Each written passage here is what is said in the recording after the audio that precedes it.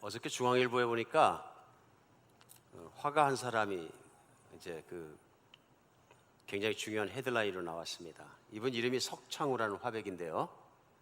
그 석창우 화백을 얘기하면서 타이틀에 두 팔 없는 30년이 더 행복하다.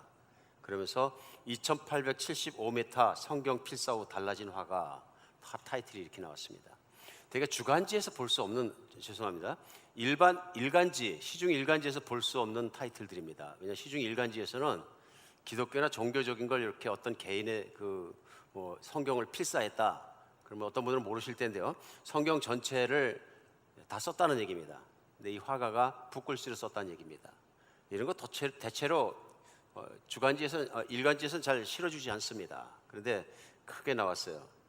그래서 참 마음이 불편한 분도 많겠다. 그래서 그 기사 끝에 댓글을 제가 찾아봤더니 아닌 게 아니라 댓글이 쫙 붙었어요. 그러면서 언제부터 중앙일보가 기독교 종교지가 됐냐, 그래갖고 막 욕을 하고 막 그러신 분들이 잔뜩 붙었던데, 그 중엔 은혜가 많이 됐다 그런 이제 신자들도 계시는 것 같고, 하여튼 사람들의 반응들이 다양하게 붙었습니다. 그런데 그 내용에 보면은 실을만합니다. 실을만한 것이 뭐냐면, 석창우 화백이라는 분이 나라에서 유명한 분입니다. 왜 유명하냐면은 우리 동계올림픽을 유치할 때 동계올림픽 IOC 위원들 앞에서 자기가 붓글씨 쓰고 그림 그리는 것을 시연하셨던 분입니다. 그래서 전 세계에서는 IOC 위원들을 감동시키셨어요.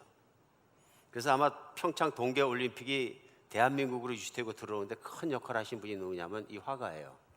왜 감동했느냐 하면, 이분이 30살 때 전기 기사였는데요, 전기줄을 놓는 걸 하다가 몇만 볼트 전기에 감전되어서 두 팔을 어깨부터 완전히 다 잘라버렸습니다. 그리고 발가락도 한 3개씩 없어지고요, 각자. 그러니까 정말로 장애인이 된 거죠. 팔 없이 할 수 있는 일이 많지 않잖아요. 그런데 30년 전 30세에 팔이 완전히 없어서 그때부터 새로 만든 이렇게 팔같이 생긴 갈고리 같은 걸 끼고 사셨는데, 이건 뻣뻣하게만 되는 것이지 구웠다 폈다만 이렇게 해서 되는 것이지 자기의 마음대로 움직여지는 것이 아닙니다. 근데 이분이 이 팔을 가지고 붓글씨로 그림을 그리십니다. 그래서 IOC 위원들 앞에서 그 새로 만든 팔에다 붓을 고정시켜 가지고 온몸으로 그림을 그리는데, 김연아 선수가 2단 점프인가 무슨 점프를 하는 것을 역동감 있게 그려냈습니다. 그래서 아주 그 미술 전문 용어로 아주 획기적인 그림을 붓글씨로 그리는데요, 정말 제가 이렇게 그림을 보더라도 오늘 비춰드리지 않아 죄송합니다. 여러분 한번 석창우 화백 그림을 보십시오. 힘이 있습니다. 단순하고 간단하고 정말 이분 예술가다 싶은데, 30년 전에 팔이 다치기 전까지는 그냥 평범한 전공입니다. 전기를 고치시는 분인데, 팔을 잃어버리고 30년 동안 붓을 잡기 시작해가지고 처음에는 4살짜리 아들에게 참새 그림 그려준다고 그림을 그리기 시작한 게, 이게 이제 화가가 되어서 기가 막힌 거죠. 그런데 중앙일보에 난 이유는 이미 이분은 한국에서 저만 몰랐지 다 유명해진 분이더라고요. 굉장히 유명한 분인데, 화백으로요. 근데 이분이 몇 년 전부터 시작해서 성경을 쓰기 시작했다는 것입니다. 붓글씨로 성경을 쓰시는데, 그 4m 폭에 20m 길이로다가 종이를 깔아놓고 한 장 한 장을 세로 쓰기로 쓰시는데, 한 자 한 자마다 몸을 흔들어야 글씨가 나옵니다. 근데 그 깨알 같은 글씨, 성경 안에 글씨가 얼마나 많습니까? 그걸 다 끝냈다는 겁니다. 신약에서 구약까지. 와, 그 성경을 써놓은 것을 다 두루마리로 말하는데 산더미같이 쌓인 거죠, 이제. 그러니까 성경을 잘 믿지 않는 세간에 있는 분들도 너무 놀랄 사건이다. 그런데 그 옆에 붙어 있는 제목입니다. 두 팔 없는 30년이 더 행복하다. 2875m 성경을 필사한 후에 이 화가가 달라졌다. 타이틀이 이렇게 썼어요. 뭐가 달라졌을까요? 그 기사 내용의 타이틀은 뭐냐면 행복해졌다. 팔이 없지만 팔이 있게 산 30년보다 팔 없이 산 30년이 훨씬 하나님께 감사하고 행복하다. 그런데 성경을 적으면서 더 충만해지고 그것이 더 감격스러워지고, 정말 이제 60이 넘으셨는데요, 아주 그 행복한 모습으로 중앙일보 사진에 나온 걸 제가 보았습니다. 기가 막힌 일이죠. 하나님을 믿으면, 예수님을 믿으면 달라집니다. 사람이 달라지고 인생이 달라집니다. 그래. 근데 많은 분들이 생각하십니다. 무슨 생각을 하시냐면, 그런데 왜 꼭 예수를 믿는 사람들은 뭐 십자가를 해놓고 뭐 예수님을 옷 벗은 십자가에 죽는 모습을 걸어놓고 교회도 들어가면 맨 십자가밖에 안 걸린 것이 없느냐, 그 생각하십니다. 특별히 오늘 말씀을 교회 밖에서 들으시는 분들도, 또 교회 안에서 또 예수를 믿지 않는 분들이 계시면 한 번쯤 궁금하셨을 겁니다. 왜 교회는 가면 아무것도 안 보고 십자가만 보이느냐는. 교회 그러면 십자가고 왜 그렇게 십자가가 중요하냐? 예수님이 죽으셨다는 게 뭐 그렇게 중요하냐? 유럽도 가면 유럽의 최고의 관광은 교회고요. 교회 정문에 들어가자마자 관광지마다 교회마다 걸려 있는 건 뭐냐면, 수백 년 전부터 예수님이 십자가에 매달려 돌아가신 모습을 어느 교회나 센터에 강단 뒤에 딱 걸어놨어요. 그러니까 예수님을 안 믿는 분들도 궁금합니다. 왜 맨날 어디 가면 십자가밖에 없느냐? 예수님 그러면 십자가. 그리고 한때는 한국에서 아파트에서 내려다보면 건물 옥상마다 십자가가 새빨갛게 걸려 있어가지고, 왜 대한민국 십자가가 공화국이냐, 맨 건물마다 십자가만 보이냐, 불만하시는 분도 없잖아 계신 것을 제가 보았습니다. 그럴 수 있겠죠. 오늘 부활주일은 더 그렇습니다. 근데 세계에는 그 십자가나 교회가 있는 것 자체를 불편하게 생각하는 분들도 있습니다. 그래서 스리랑카에서는 우리는 오늘 부활절인데, 어저께가 부활절인데 부활절날 교회들과 외국인들이 거주하는 호텔에 폭탄을 터뜨려서 테러범이 그런 거죠. 130명이 죽고 500명이 부상을 당해 병원에 있는 끔찍한 일이 벌어졌습니다. 미움이 있어서 그런 거죠. 왜 그렇게 교회에 대해서 분노하는 사람이 있는지요? 십자가만 봐도 뭐가 올라오는 모양입니다. 하여튼 여러분과 제가 사는 지구촌이 그렇습니다. 그런데 왜 예수님을 믿으면, 십자가에 매달리신 예수님을 믿으면 인생이 달라지는 걸까요? 누구한테 물어봐야 되는 걸까요? 방향은 간단합니다. 예수님께 여쭤봐야 합니다. 그렇죠? 예수님 보고 예수님은 왜 십자가에 매달려 죽으셨나요? 돌아가셨나요? 물어보면 성경은 뭐라고 답변하실까요? 여러분 답변이 있으십니까? 예수님 뭐라고 답변하실 것 같습니까? 저는 그것이 신앙이라고 생각합니다. 저는 성경을 묵상하면 묵상할수록 예수님이 아주 단순하고 간단하게 이렇게 답변하실 것 같습니다. 그게 하늘에 계신 하나님 아버지의 뜻이다. 정말 그렇습니다. 뭐 내가 죽어야 내가 살고 여러 가지를 다 떠나서 예수님께서 복음서에 말씀하신 논저로 가만히 생각하면 그게 내 아버지의 뜻이다. 그러면서 제자들에게도 내 아버지께서 내게 주시는 쓴 잔을 내가 마시지 않겠느냐. 그러면서 우리 지난주에도 계속 새벽마다 말씀을 나눴습니다만, 예수님은 예루살렘으로 올라가기를 힘쓰셨다. 그 예루살렘이 뭐냐면 십자가에 죽으신 그 길을 향해서 끊임없이 나가셨다, 이렇게 말씀하십니다. 예수님이 이 땅에 오셨던 사역의 정점이 뭐냐면 십자가에 매달려 돌아가신 것입니다. 그러면 예수님께서 아버지의 뜻이다. 그러면 이제 우리는 또 물어봐야 됩니다. 그럼 아버지의 뜻이 무엇입니까? 입니다. 그럼 왜 그 아들 하나밖에 없는 아들을 이 땅 가운데 사람으로 보내셔서 이 땅 가운데 영광을 받아도 하나님의 영광이 드러나지 않을 텐데, 하나밖에 없는 아들을 버림받고 십자가의 극형을 받고 죽게 만드셨습니까? 그것이 하나님의 뜻입니까? 그 하나님의 뜻은 무엇입니까? 하고 우리가 여쭤볼 수 있습니다. 성경에 답변이 있습니다. 그런데 그 답변을 전체적으로 왜 하나님의 아들은 이 땅에 인간으로 오셔서 비참하게 돌아가실 수밖에 없냐 하는 것을 묘하게도 예수님을 가장 싫어했던 사람이 설명을 했습니다. 기가 막힌 일이죠. 우리가 예수님을 가장 따랐던 사람이 말을 하면 덜 믿는데요, 예수님을 가장 싫어하고 죽이기 원했던 사람이 했어요. 그게 누구냐면 사울이라는 청년인데요, 이 사울이라는 청년이 그 당시에 예수님 시대를 다 보았고 동참을 했고 그 시대를 다 살아갔습니다. 그러면서 예수님의 말씀도 어쩌면 들은 거죠. 이 사울이라는 청년은 유대인으로서 유대교에 섬기며 살아가는 사람들이 있고 철저히 믿고 살아가서 그 당시에 가장 잘 믿는다는 바리새인 중에서 바리새인이라, 으뜸되는 바리새인 중에 한 명이었다, 그런 얘기입니다. 열심히 있는 신앙 청년이었다, 유대교에서는. 그가 예수님의 말씀도 들었을 것이고, 어쩌면 사람들이 마지막 날 예수님을 죽이자 하고 막 소리 질렀을 때 맨 앞에서 청년 행동대원으로 죽이라고 소리 지르고 뛰어갔던 사람 중에 하나가 사울이란 청년이었다고 저는 생각할 수 있습니다. 성경이 그리 보이는 거죠. 그가 얼마나 싫어했으면, 얼마나 예수님이 하나님에 대한 모욕이라고 생각했으면, 예수님이 부활하시고 승천하시고 올라가신 다음에 제자들이 예수님이 부활했다고 전하니까 그 제자 중에 스데반이란 집사가 예루살렘에서 말씀을 전할 때 사람들을 끌고 와서 돌로 쳐 죽일 때 맨 먼저 던진 사람이 사울입니다. 지독하게 싫어하는 거죠. 오늘도 교회가 싫어해가지고 막 교회 폭탄을 던지는 사람도 있다 그러는데요, 어쩌면 그런 사람들이 예수님은 진짜라고 고백한 거나 똑같은 얘기입니다. 내가 전에는 예수님을 싫어하고 교회를 싫어해서 폭탄을 던졌는데 이제는 예수님이 진짜인 것을 내가 간증한다, 그런 얘기가 똑같습니다. 그런 사람이 누구냐? 사울이란 청년이었는데 그가 기독교인들을 잡아서 더 죽이고 핍박하기 위해서, 몰아내기 위해서 각 도시를 찾아다니는 중에 길에서 부활하신, 십자가에 돌아가셨다 다시 살아신 예수님을 직접 만납니다. 그리고 그가 깨닫습니다. 뭘 깨닫냐면요, 왜 예수님은 이 땅에 오셨으며 왜 예수님은 십자가에 못 박혀 비참하게 돌아갈 수밖에 없었던 것을 깨닫습니다. 그는 구약 성경과 하나님을 믿는 사람이었고요, 그랬기 때문에 예수님을 하나님에 대한 모욕이라고 핍박하려고 했는데 그가 그것을 깨달은 것입니다.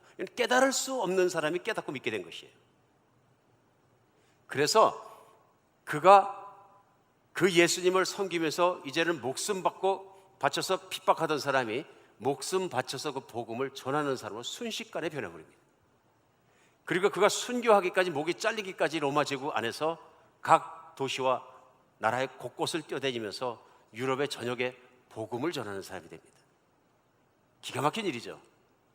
그래서 우리 성경을 읽다 보면은 왜 바울의 편지가 이렇게 많이 들어갔느냐 그러는데요, 예수님께서 왜 십자가에 못 박혀주시고 부활이 무슨 뜻이고 우리와 무슨 관계가 있는지를 가장 일목요연하게 잘 정리한 사람 중에 하나가 사도 바울입니다.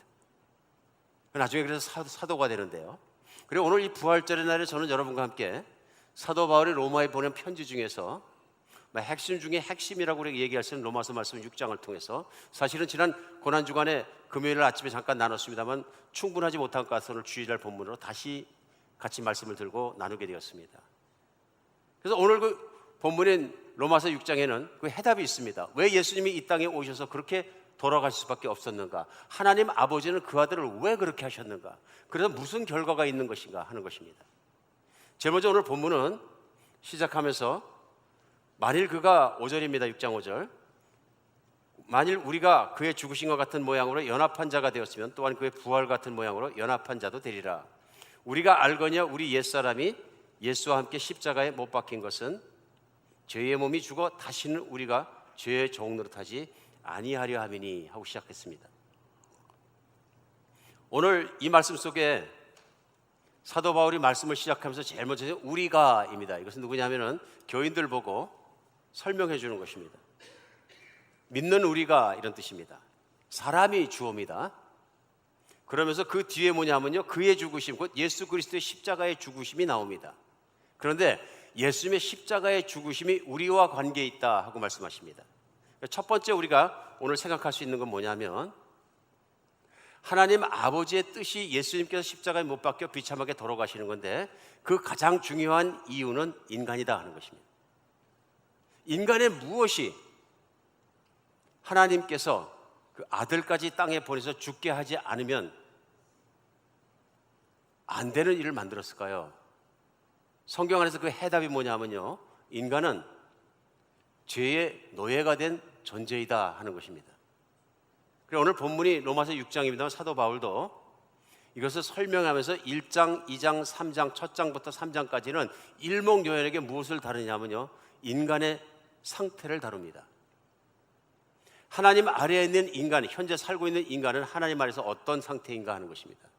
사도 바울의 표현에 의하면 인간은 하나님을 알되 또 알만한 가지 세상의 많은 피조물을 통해서 보이지만 겸손하지도 않고 하나님께 무릎 꿇지도 않고 회개하지도 않고 하나님의 말씀을 따르지도 않는 교만한 존재이다 하고 얘기합니다.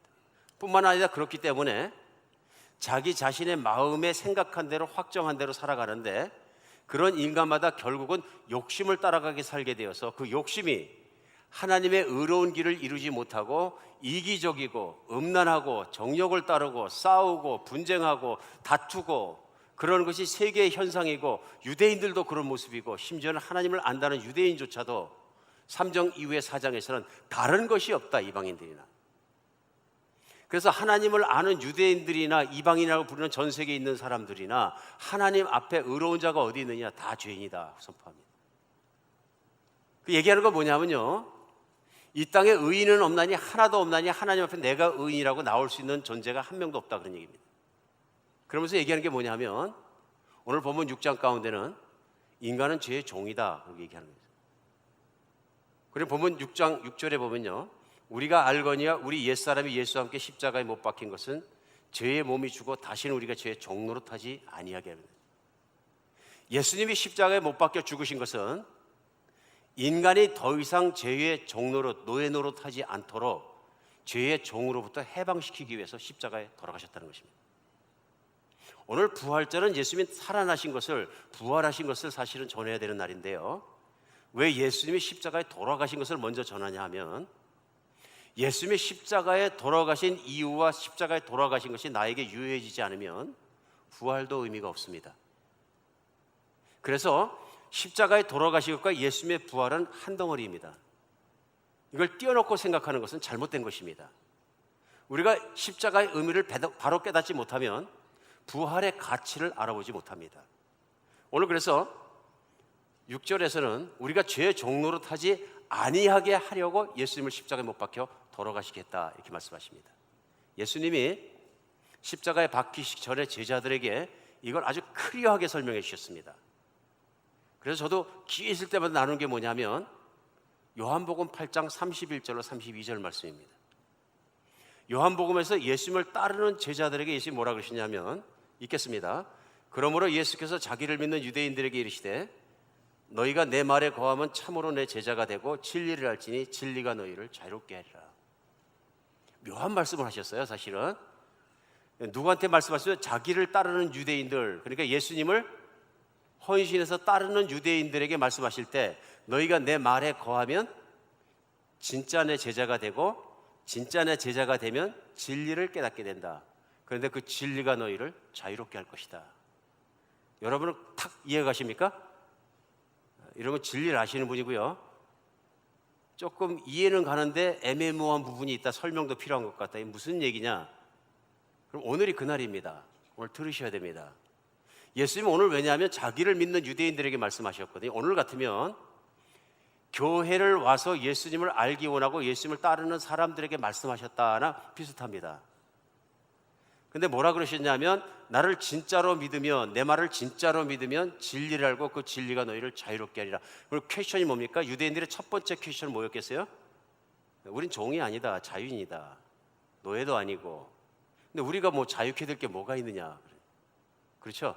그래, 유대인들이 뭐라 했냐면, 우리는 아브라함의 자손이라 우리는 참으로 하나님께서 자유케 하신 족속이고 우리는 편안한데 왜 무슨 종이고 자유케 되는 자유를 얘기하느냐, 우리는 자유 필요 없다.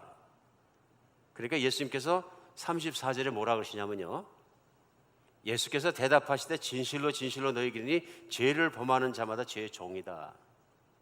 무슨 말씀이냐면요, 예수님을 따르는 사람들이 그런 질문을 하니까 아니라, 여러분이 죄를 범하지 않느냐, 완벽하게 죄를 하나도 안 변한 사람이 있느냐, 하나님을 알면서도 하나님의 말씀을 따르지 않고 철저하게 따르지 않고 또 계속적으로 어기는 것이 있는 것은 죄를 짓지 않느냐. 그러니까 마음속으로 죄를 짓는 거죠. 근데 뭐라고 설명하시면, 죄를 짓는 자마다 죄의 노예니라, 죄의 종이니라, 죄가 시키는 대로 하느니라.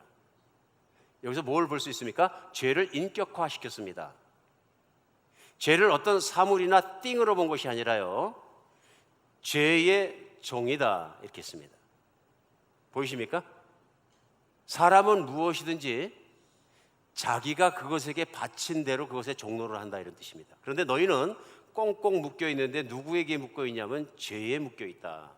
죄가 그냥 물건이 아니라 죄가 인격화된 것을 볼 수 있습니다. 그럼 죄의 주인은 누구냐? 성경 안에서 사단이라고도 부르고 마귀라도 부르는 존재입니다. 그게 무슨 말씀이냐면, 너희가 죄의 원천인 마귀에게 꽁꽁 묶여 있어서 그 사단이 가자고 하는 대로 계속 죄를 짓는 것이 너희가 죄를 지은 모습을 통해서 확증하고 있다, 그런 뜻입니다. 그러므로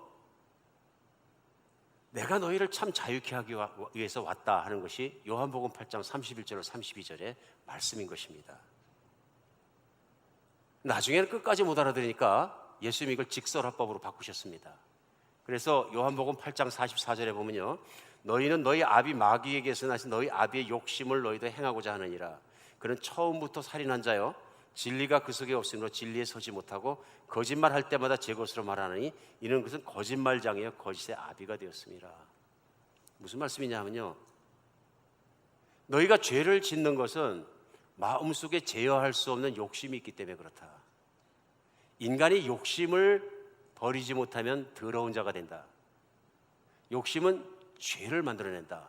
하나님은 선하고 온전히 의로운 아름다운 인간을 만드셨는데 인간을 더럽게 만든 것은 그 마음속 중심에 있는 욕심 때문에 그런데, 그 욕심은 사람들과 경쟁하게 하고 시기하게 하고 싸우게 하고 잔인하게 하고 다투게 하고 자랑하게 하고 교만하게 하고 남들 위해 서게 하고, 이것이 인간의 아름다운 선한 모습을 이루지 못한다, 그러는 것입니다. 이것이 하나님의 뜻이 아니다. 인간은 망가졌다, 이런 뜻입니다. 그래서 너희 아비 마귀가 욕심을 행하도록 창세기 3장에 아담과 이브 때부터 한 그것을 너희 안에서도 한다, 그런 얘기입니다. 그렇기 때문에 스스로 의롭다고 생각하는 유대인들은 거짓말하는 자라. 겉으로는 의롭다 하고 제사도 지내고 다 하고 의로운 모습을 척하는데 내 안에 들어보면 내 삶을 들여다보면 너는 선한 자가 아니고 의로운 자도 아니다, 그런 뜻입니다. 오늘 그 설명은 그렇기 때문에 너희는 마귀의 자식이지 하나님 자식이 아니다, 그런 얘기. 무서운 말입니다. 우리가 막연히 인생을 살다가도 한번 생각해 봐야 돼. 원래 인간은 이렇게 생긴 걸까? 성경은 원래 인간은 오늘 지구 위에서 지구촌 안에 살아가는 인간들 같은 이런 모습이 아니다 하고 말씀하십니다. 원래 인간은 착하고 깨끗하고 의롭고 하나님의 길을 따르고 욕심으로 쌓여있는 존재가 아니다, 그러는 것입니다. 근데 어쩌면 우리 인생을 살아가면서 엄마 뱃속에 타는 이후로 자연스럽게 세상을 살아가는 사람들의 모습 속에서 동화되고 적응되고 살아오면서 원래 나의 모습이 아니라 세상에 적응된 모습이 되어버렸을 수도 있다는 것입니다. 보이십니까? 원래 인간은, 하나님이 창조하신 인간은 그런 모습이 아니어야 하는데 그런 모습으로 변질되어 버렸다 하는 것입니다. 우리 죄인 중에 죄인을 치는 게 살인범이나 도둑질을 해서 먹고 사는 사람, 이런 분들을 얘기합니다. 근데 한국에서 도둑이란 이름 앞에 도둑이라고 안 쓰고 도둑 누구라 그러지 않고 대도 000 하고 신문에 늘 나오는 분이 있습니다. 그 앞에 왜 대도라고 불렀냐면 잡도둑이 아니더라. 근데 이 사람이 왜 잡도둑이 아니냐?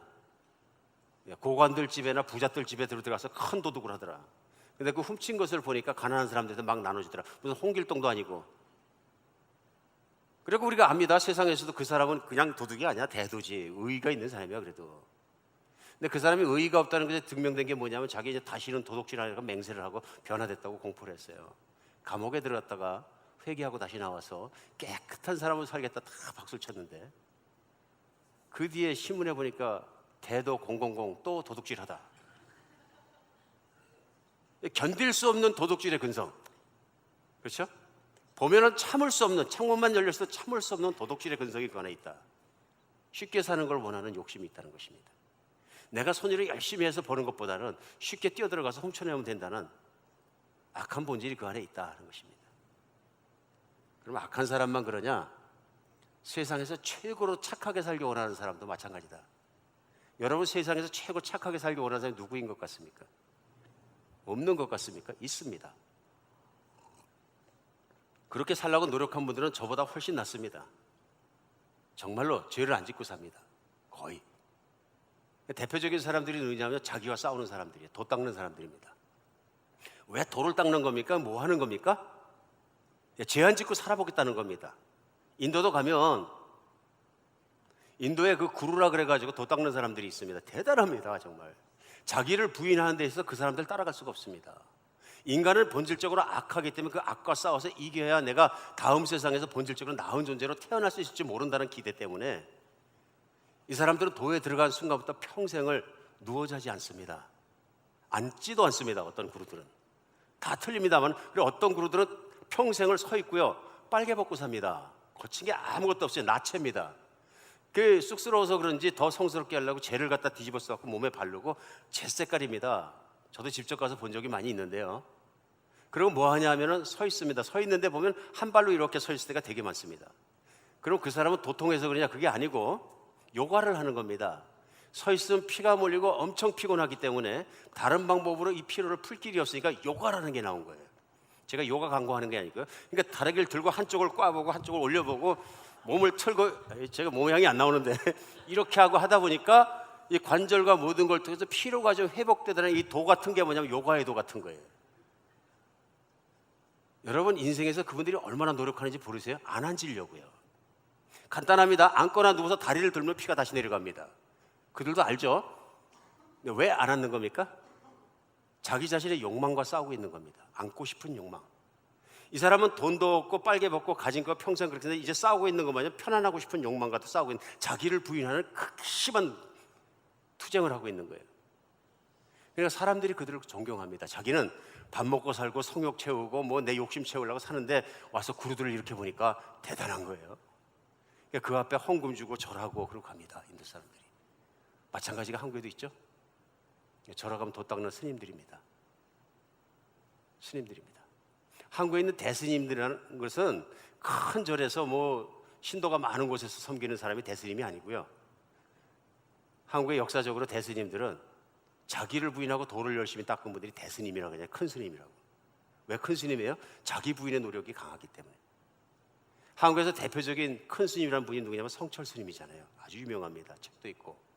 자기 부인의 삶을 사신 분이죠. 얼마나 자기 부인의 삶을 살고 출가했을 뿐만 아니라 이분은 도를 닦으면서 8년간인가 몇 년간을 누분 적이 없다. 좌불화상하고 앉아갖고 면벽하고 아무 생각 안 하고 정말 자기를 부인하고 살았다. 그다음에 자기가 도를 닦는 방에는 철조망을 쳐놓고 아무도 들어오지 못하게 했다. 죄가 범접하지 못하게 한 거죠. 놀랍죠? 그래서 수많은 사람들이 성철 스님을 존경합니다. 한국에서. 그분 돌아가신 날 난리도 아니었어요. 한국이 들썩들썩했어요. 정말로요. 대통령 돌아가신 것보다 더 컸던 것 같아요. 그런데 이분이 돌아가시면서 남기는 유언들을, 스님들 유언들을 열반송이라고 합니다. 근데 이분이 유명한 열반송을 남기셨어요. 그것 때문에 사회가 충격받고 불교계도 충격받은 적이 있습니다. 근데 뭐라고 남기셨냐면 28자를 남기셨는데, 생평기광 남욕은 일평생 남녀 무리를 속여 미치게 했으니 미천제업 가슴이 그 제업이 하늘에 미쳐 수미산보다 더 크구나. 활렴압이 한만단, 산내로 불의의 아비지옥에 떨어지니 한이 만갈래나 되는구나. 일륜통 괴벽산 수레바퀴 한 덩이 붉은 해가 푸른 산에 걸렸구나. 그러면서 딸에게 편지했습니다. 나는 지옥 간다. 내 죄가 수비산에 걸린 죄가 너무 많아서 하늘에 가득한 것 같은 죄 때문에 나는 지옥 간다. 그대로입니다. 그 말씀이 그대로 실린 거죠. 그래서 발표된 거고요. 그래 본지 풍광에서 이걸 그대로 실었습니다. 이게 무슨 말이냐 난리가 났습니다. 그래서 알고 보니까 불교계에서는 큰 스님들이 이런 비슷한 고백을 한 분들이 돌아가시기 전에 많이 있다. 저는 그렇게 생각합니다. 훌륭한 분들이에요. 누구에 비해서? 도 안 닦고 사는 사람들에 비해서 엄청 훌륭한 분들이에요. 죄 안 져요. 그렇죠? 잡스럽게 살지 않아요. 그래서 존경하는 거예요. 근데 많은 분들이 이런 것이 뭐냐면 인간의 힘으로 죄를 안 지는 데까지 들어가는 건 불가능하다예요. 제가 이런 분들은 그래도 훌륭하다고 표현한 이유는 그걸 발견하신 거예요. 겸손한 거예요. 겸손하잖아요. 세상이 나 잘났다 그러고 자기를 자랑하는 세상 속에서 나는 할 수 있는 것이 없다고 마지막으로 할 수 있는 건 도를 닦았기 때문에 그 깨달음이 가능한 거죠. 어떻게든 자기의 생각과 마음과 삶과 행동과 모든 것을 깨끗하게 해보려고 노력을 하다 보니까 참으로 내 안에 선한 것이 없고 계속 죄를 짓고 있다는 것이 생각난 것이죠. 이게 이분들의 마지막 열반송을 통해서 인생의 결과를 통해 깨달음의 결과를 통해 그대로 드러나는 것이죠. 문제는 뭐냐 하면 인간이 스스로의 능력으로 죄의 본질의 문제에서 빠져나갈 수 없다는 걸 깨달았는데 없다는 건 깨달았는데 어떻게 하면 있어지느냐는 길을 찾지 못했다는 것입니다. 보이십니까?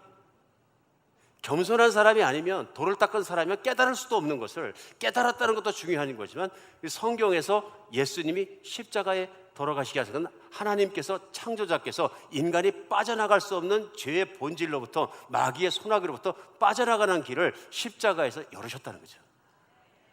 왜 열으신 거예요? 그 본질을 싸워서 깨끗하게 하는 것이 아니라, 면벽수도하는 것이 아니라 죽는 데 있다 그런 것이죠. 그 인간이, 그 본질이, 그 죄악들이 인간이 죽지 않고는 해결한다는 것이 뭐냐면 이 인간의 본질의 문제다. 인간은 더러운 것을 깨끗하게 해서 쓰는 것이 아니라 인간은 본질적으로 죽어야 한다는 것이죠. 그렇기 때문에 그 예수님을 사람으로 보내실 수밖에 없었던 거예요. 그래야 인간을 구원하죠. 그래, 인간 죄를 대신해서 죄가 하나도 없는 예수님이 십자가에 못 박혀 죽으신 것이죠. 십자가에 못 박혀 죽으신 거죠. 그리고 하나님께서 그것을 하나님께를 향한 제사로 받으셨다 그런 뜻입니다. 오늘 예수님께서 이 땅에 오셔서 죄가 하나도 없는 희생의 제물이 되셨다 하는 것이 너무 중요합니다. 왜 중요하냐면 이 땅에 사는 인간은 아무도 그렇게 살 수도 없고 할 수도 없기 때문입니다.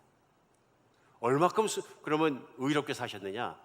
죄를 안 지신 것뿐만 아니라 하나님 아버지의 말씀을 철저하게 따라 사셨다. 어디까지? 십자가에 죽는 죽음까지도 따라 들어가셨다.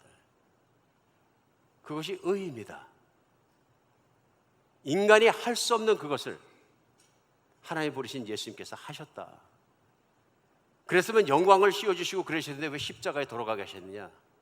인간의 죄값을 그분에게 전가시키셨다. 그분에게 지게 하셨다. 오늘 기가 막힌 얘기입니다. 오늘 이런 그 예수님의 십자가에 돌아가신 것을, 그 복음을, 천국이 왔다는 것을 예수님이 이 땅에 오신 동안에 계속 선포하셨습니다. 그리고 천국이 온 것을 기적을 통해서 보여주셨습니다.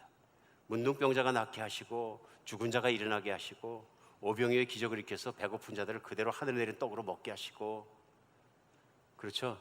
무리를 걸어다니시고 자연을 꾸짖으시고 천국이 하늘에서 오지 않으면 안 되는 것들을 다 보여주셨는데 결과는 뭐냐면 안 믿더라 하는 것입니다. 안 믿더라. 근데 사실은 그들이 믿었습니다. 그들이 믿었기 때문에 예수님이 가는 곳마다 발에 밟힐 만큼 사람들이 따라다녔다 그런 것입니다. 맞습니까? 왜 따라다닌 거예요? 기적을 보고 믿었기 때문에 따라다닌 것입니다. 그런데 하나님은 그들이 안 믿었다 이렇게 말씀하십니다. 예수님이 그렇게 말씀하십니다. 왜 그럴까요? 진짜 기가 막히게 예수님이 가는 곳마다 사람이 모래처럼 따라다닌 거죠. 수천 수만 명들이 막 와, 심지어는 예수님이 도망가셔야 됐었습니다. 근데 예수님이 말씀하시면 뭐라 그러냐면요, 내가 천국의 복음을 보여주고 말로 전했음에도 불구하고 사람들이 복음을 이해하지 못하고 잘못 적용했다. 잘못 적용했다. 그래서 반응이 잘못됐다 그런 얘기입니다. 반응이.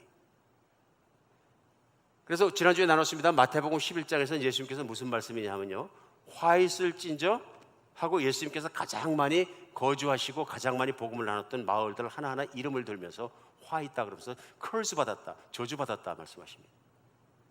그래서 11장 21절 마태복음에 보면 화 있을진저 고라시나 화 있을진저 벳세다야 너희에게 행한 모든 권능을 두로와 시돈에서 행하였더라면 그들이 벌써 베어서 읽고 제에 앉아 회개했을 것이다. 이게 무슨 얘기냐면요, 벳세다나 거라신 같은 게 동네 이름인데요, 이 동네에서 많은 기적을 행하셨다는 거예요.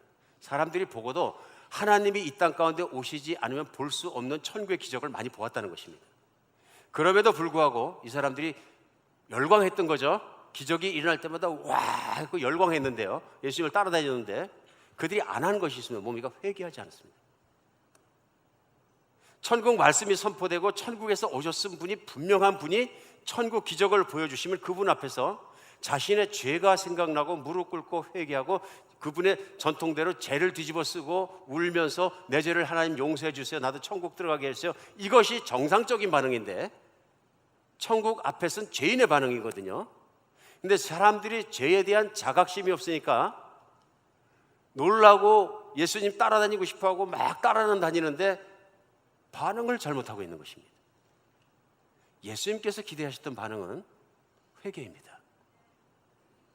천국의 영광 앞에, 하나님의 영광 앞에 하나님의 말씀대로 따라 살지 못하고 유대인으로서 하나님의 말씀을 알고 믿는다고 하면서도 하나님을 존경하지 않고 따르지 않고 마음을 다해 뜻을 다해 힘을 다해 사랑하지 않고 살아가고 이기적이고 자기만을 위하고 우상을 섬기고 살았던 자기의 모습에서 꺾어져야 되고 엎어져야 되고 회개해야 되는데 그거 안 한다, 그런 얘기입니다.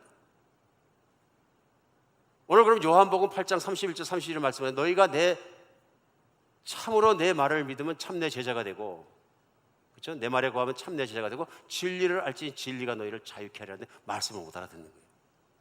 그래서 결국은 요한복음 8장에서 그 말씀을 들었던 예수님을 따르던 막 정말 따르던 유대인들이 어떻게 했는지 아십니까? 돌을 들어 때려 죽이려고 했다. 8장 맨 마지막입니다. 이해 가십니까?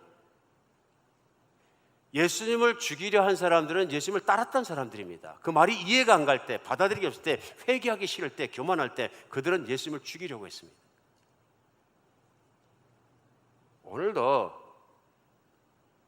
예수님을 믿는다고 하면서 내가 예수님의 복음 앞에, 예수님의 십자가 앞에, 하나님의 복음 앞에 잘못 반응할 수 있습니다. 그럼 바르게 반응하는 것이 무엇이냐?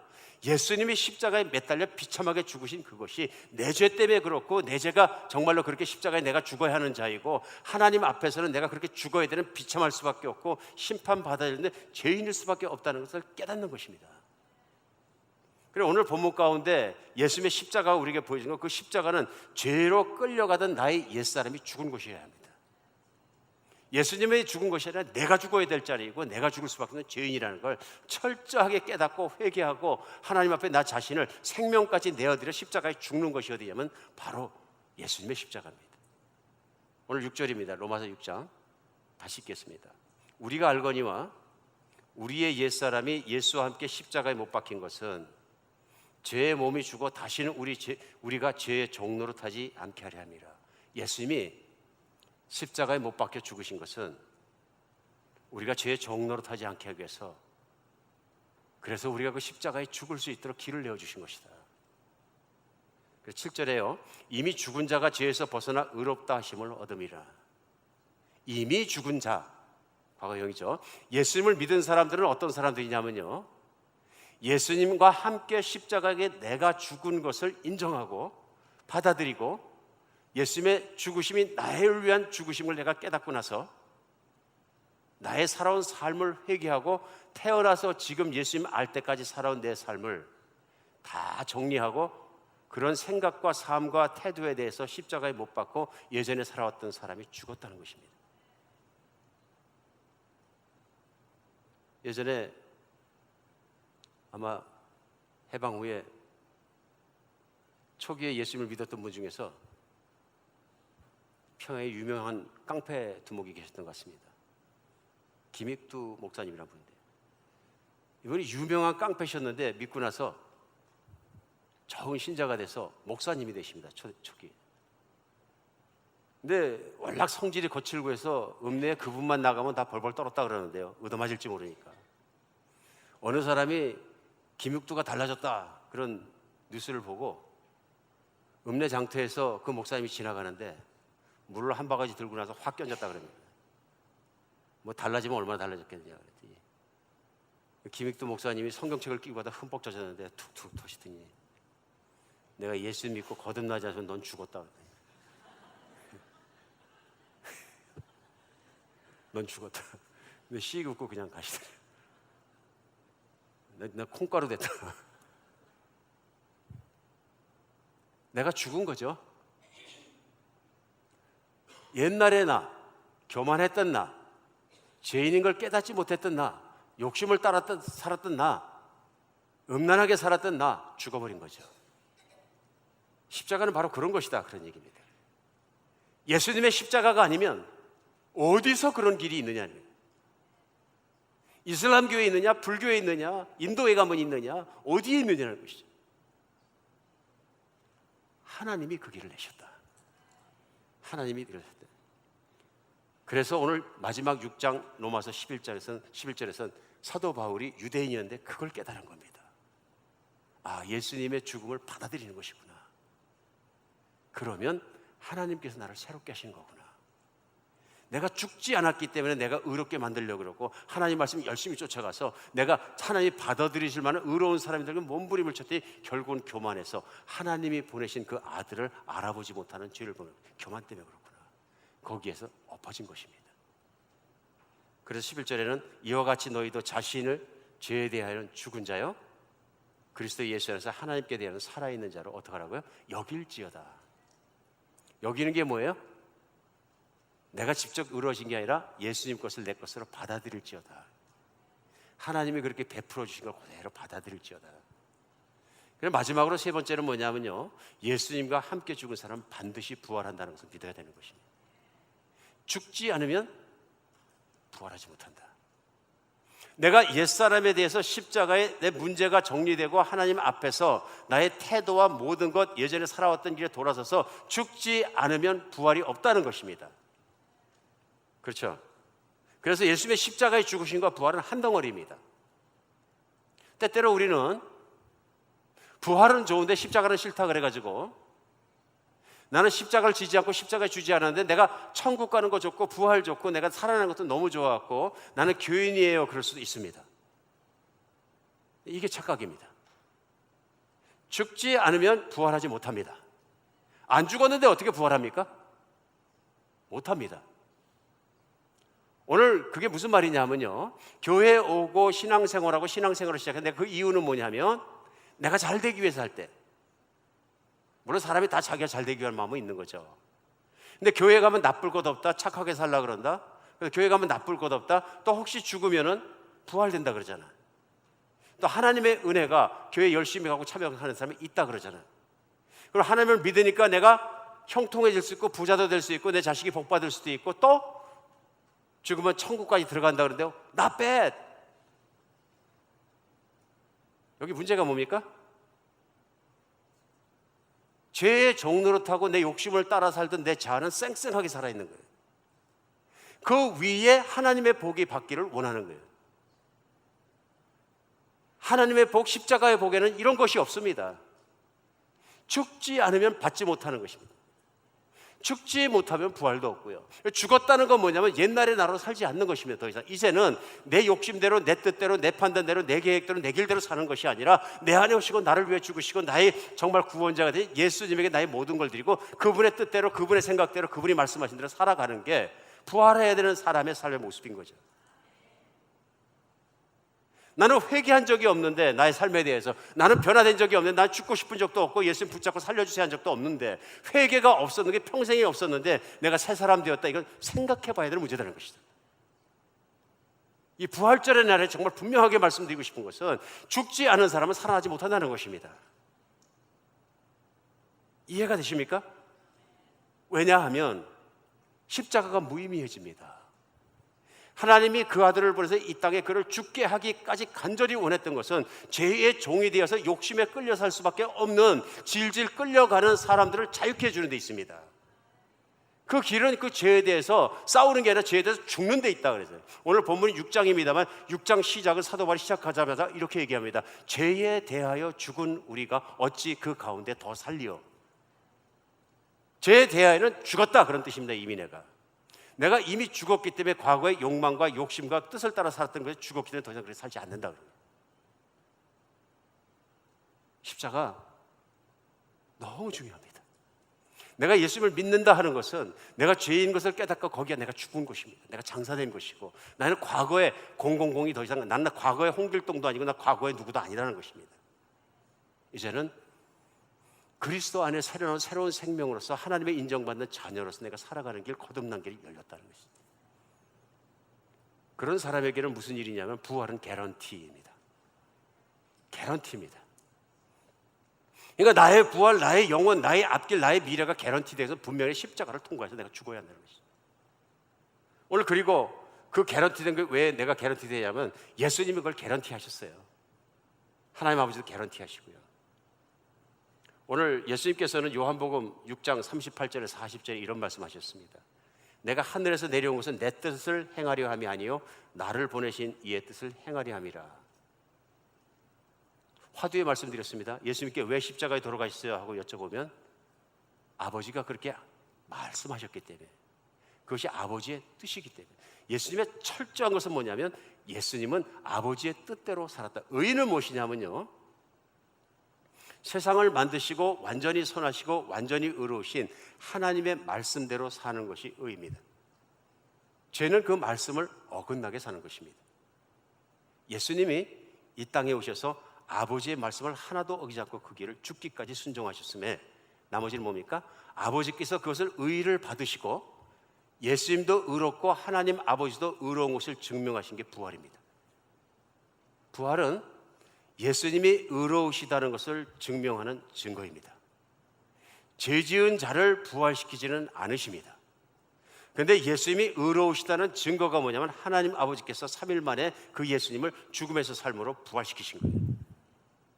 예수님을 믿는 사람마다, 예수님과 함께 죽은 사람마다, 그분을 믿는 사람은 무슨 일이 일어나면 예수님의 부활이 바로 나의 주님이기 때문에 나의 부활로 적용될 수 있다는 게 하나님 말씀입니다.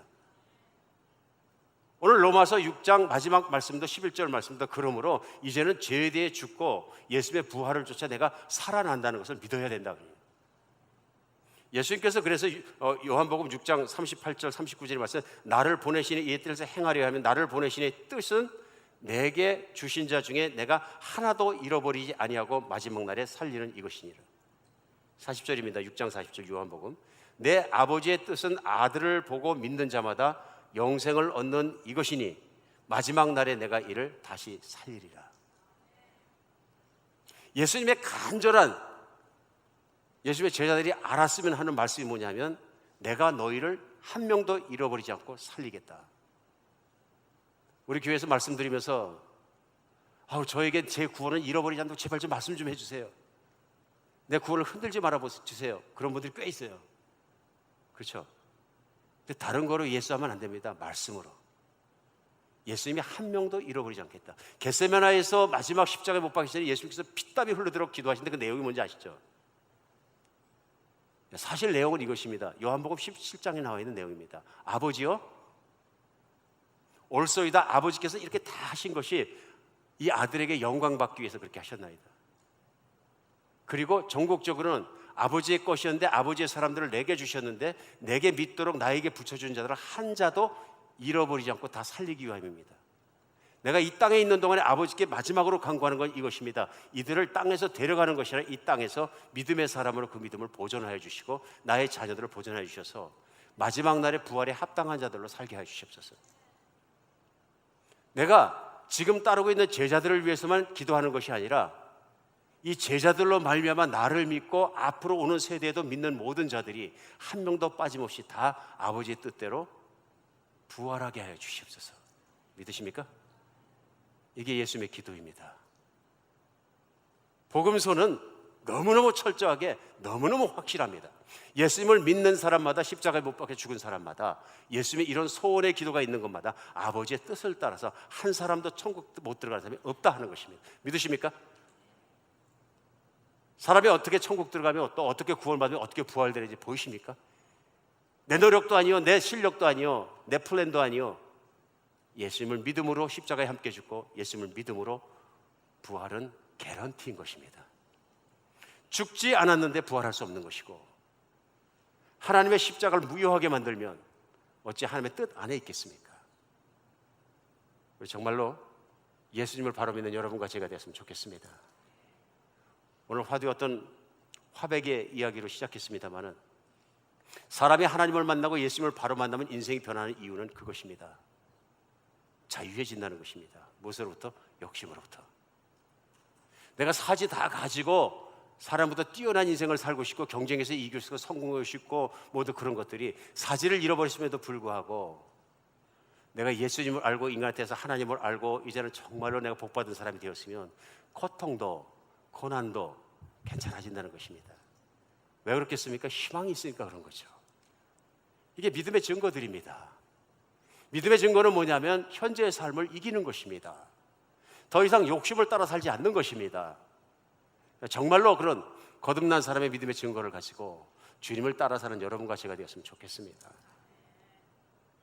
오늘 말씀을 적용했으면 좋겠습니다. 제일 먼저, 한 번도 내가 십자가에 죽어야 된다고 생각한 적이 없다, 그런 분들이 말씀을 들으면서 계실지 모릅니다. 오늘입니다. 내가 창조자가 살아계시고 그 하나님 앞에는 내가 죄인이라는 걸 믿으시기 바랍니다. 사람은 원래 교만하지 않았는데 살아가면서 더 교만해지는 것 같습니다. 그 증거가 뭐냐면, 내가 죽음을 이길 수도 없고 의로워질 수도 없고 아무것도 할 수 없는데 스스로 나는 착하다, 괜찮아 생각하는 겁니다. 그리고 죽으면 아무것도 없다고 믿는 것이, 이건 믿음입니다. 죽었다 살아 돌아온 사람이 얘기를 해줘야 되는데 없으니까 내가 죽으면 다 없어진다고 믿으시는 겁니다. 큰 믿음입니다. 이것은 마치 어떤 과학자들이 상상을 해가지고 태초에 번개가 수억 번, 수백억 번, 수천억 번 쳤는데 번개가 부딪힐 때 세포 한 개가 생겨났다, 거기서 분열해서 오늘의 모든 피조물이 생겨났다고 가정하고 믿는 물리학의 대전제와 같이 정말로 허구맹랑한 것입니다. 어떤 분들은 과학을 신앙처럼 믿잖아요. 아닙니다. 세상을 한번 돌아보십시오. 얼마나 오묘하게 만들어졌습니까? 얼마나 섬세하게 만들어졌습니까? 아무리 의술이 발달해도 인간은 현재도 피 한 방울을 창조해낼 능력이 없습니다. 피는 생명이거든요. 아무도 피를 만들어내지 못합니다. 복제는 뭐 그렇다 그러더라도요, 피를 만들어내지 못합니다. 그래서 피 흘리면 죽는 겁니다. 세상 없어도 죽습니다. 부자라도 죽습니다. 똑똑해도 죽습니다. 박사 몇 개가 있어도 죽습니다. 여러분, 하나님 믿으시기 바랍니다. 창조자 하나님 그 아들 예수를 보내주셔서 나의 교만했던 문제, 나의 과거의 문제, 그걸 해결하고 예수님의 정말 사람이 되고 예수님의 친구가 되고 하나님의 사람이 되고 하나님의 자녀가 되고 부활이 내 것이 되는 길을 열어주셨습니다. 오늘 그거 받아들이시기 바랍니다. 어느 사람은 믿지 않고 살다가, 저도 그렇습니다만은 어느 한순간에 믿음이 들어옵니다. 놓치지 마십시오. 하나님 앞에 무릎 꿇고 내가 교만하고 죄인이었던 것에 대해서 고백하고 하나님께 자신을 돌이키십시오. 성경을 이걸 회개라고 합니다. 돌이키지 않으면 소용없습니다. 자신을 믿지 마십시오. 세상 사람들의 말도 믿지 마십시오. 성경의 말씀을 믿으십시오. 그걸 두 번째 적용합니다. 예수를 믿고 살아가면서도 내 안에 정죄감이 많을 때가 있습니다. 무슨 얘기냐면요, 이상하게 하나님과 멀어지고 하나님께 정같이 가까워지지 않고 답답하고 자꾸 눌리고, 나는 정말로 이리 갖고서는 내가 구원도 못 받은 사람인가 보다, 그래서 너 괴로울 때가 있다, 그런 얘기입니다. 마귀가 그렇게 합니다. 믿는 사람에게 들어와서 그 행동을 정죄하면서 내가 이 행동과 이 죄를 졌는데 내가 무슨 하나님의 자녀이고 십자가에 못 박혀 죽은 사람이냐. 십자가에 못 박혀 죽은 사람도 육신 안에 있는 동안은 연약하고 세상이 악해서, 악한 세상에 마귀가 막 날뛰는 세상은 유혹을 받아서 푹푹 거꾸러질 때 있습니다. 그래서 예수님이 개런티 하셨습니다. 그러나 내가 회개하면 내가 마지막까지 너를 살리겠다. 어차피 너는 연약한 자이고 육신에 너는 연약하자. 돌이켜 나를 봐라, 그러시는 겁니다. 마귀의 정죄를 먹지 마시기 바랍니다. 죄는 악한 것입니다. 내가 은혜를 입고도 하나님 앞에서 배신해서 그러면 오늘 돌아서십시오. 하나님은 우리에게 재헌신의 기회를 항상 주셨습니다. 베드로가 3번씩이나 예수님을 부인하고도 살아남을 수 있는 것은 그의 마음의 중심에서 예수님을 버리지 않은 것을, 그가 부인한 것이 실수한 것을, 현상의 두려움 때문에 잠깐 실수한 것을 예수님이 아셨기 때문입니다. 사랑하는 여러분, 마귀에 끌려가지 마십시오. 마귀의 종로에서 죄만 짓고 사는 인생을 자유케 하려고 십자가에 돌아가실 뿐 아니라 우리가 늘 그런 승리하는 삶을 살도록 성령을 주셨습니다. 하나님께로 돌이키시기 바랍니다. 내 욕심에 끌려 한 번씩 실족할지라도 발만 닦으면 됩니다. 예수님께 돌아가십시오. 그것이 오늘 메시지입니다. 부활절에 나의 믿음은 부활됩니다. 언제나. 기도하겠습니다.